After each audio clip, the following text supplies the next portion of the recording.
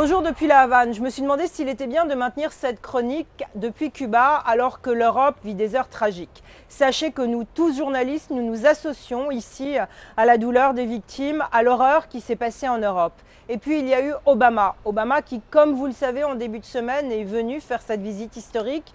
Obama qui, le jour des attaques, avec ses conseillers, fait une réunion pour savoir s'il était bien de maintenir ou non le programme normal. Et Obama a décidé qu'il ne fallait rien changer à ses habitudes car sinon le terrorisme gagne.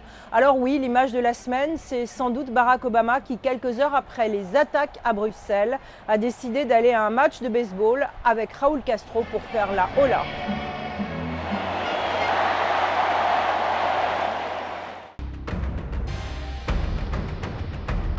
Ça, c'était bien la vie qui, malgré tout, doit continuer. Ce que j'ai trouvé un peu moins bien quand même, c'est que Barack Obama a passé très peu de temps à parler de ces attaques en Europe, comme si finalement le monde américain était si loin du monde européen. Quelques heures après les attaques, Barack Obama a passé effectivement moins d'1 minute à parler de Bruxelles. Écoutez. The thoughts and the prayers of the American people are with the people of Belgium. And we stand in solidarity with them in condemning these outrageous attacks against innocent people. We will do whatever is necessary to support our friend and ally Belgium. Oui, Cuba à l'heure américaine était bizarre. Les gens sont rentrés chez eux. Il n'y avait véritablement personne dans la Havane qui, quelques instants, est devenue ville fantôme. Pendant la conférence de presse de Barack Obama, il a fait un discours comme s'il était en campagne pour Cuba. Là aussi, écoutez. The United States recognizes progress that Cuba has made as a nation. Its enormous achievements in education and in healthcare. And perhaps most importantly, I affirm that Cuba's destiny will not be decided by the United States or any other nation.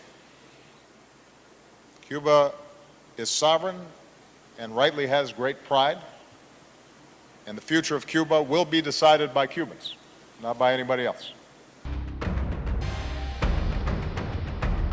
Dans cette conférence de presse, pendant que Barack Obama parlait, il y a eu quelques moments très étonnants. Il y a eu par exemple Raúl Castro qui, devant Obama, a dénoncé le système de santé aux États-Unis. Il y a eu encore et toujours Raúl Castro qui, devant Barack Obama, a demandé la restitution de Guantanamo. Ça, ce n'était pas prévu selon mes informations par la délégation américaine. Alors j'ai vu Barack Obama faire une drôle de tête. Mais ce que je retiens de cette conférence de presse historique, c'est surtout le courage d'un journaliste de CNN, Jim D'Acosta, qui a osé demander à Raúl Castro quand il allait libérer les prisonniers politiques. Écoutez la réponse du dirigeant cubain.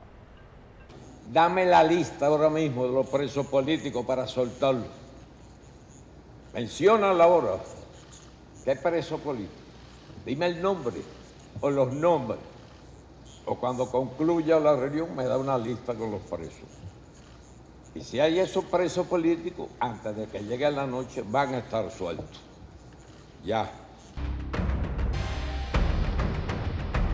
Chaque semaine, je vous fais partager mes instantanés, ces clics-clacs que je fais avec mon petit appareil photo. Alors c'était intéressant de voir le palais présidentiel cubain qui ressemble à une jungle, la garde présidentielle cubaine aux couleurs américaines, la sécurité, Barack Obama présentant Michelle Obama à Raúl Castro. Et puis Obama souriant et presque dansant en regardant ces jolies chanteuses de l'orchestre cubain dans le palais présidentiel.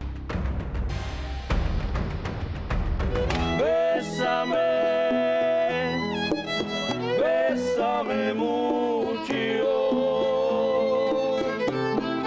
C'est une chanson qu'un orchestre a chantée lorsqu'on leur a demandé ce qu'ils pensaient de la visite d'Obama. Oui, c'est un cadeau made in vie, made in Cuba, pour vous dire que malgré tout, dans l'époque terrible que l'Europe traverse, eh bien on peut continuer à chanter, à danser et sans doute à sourire.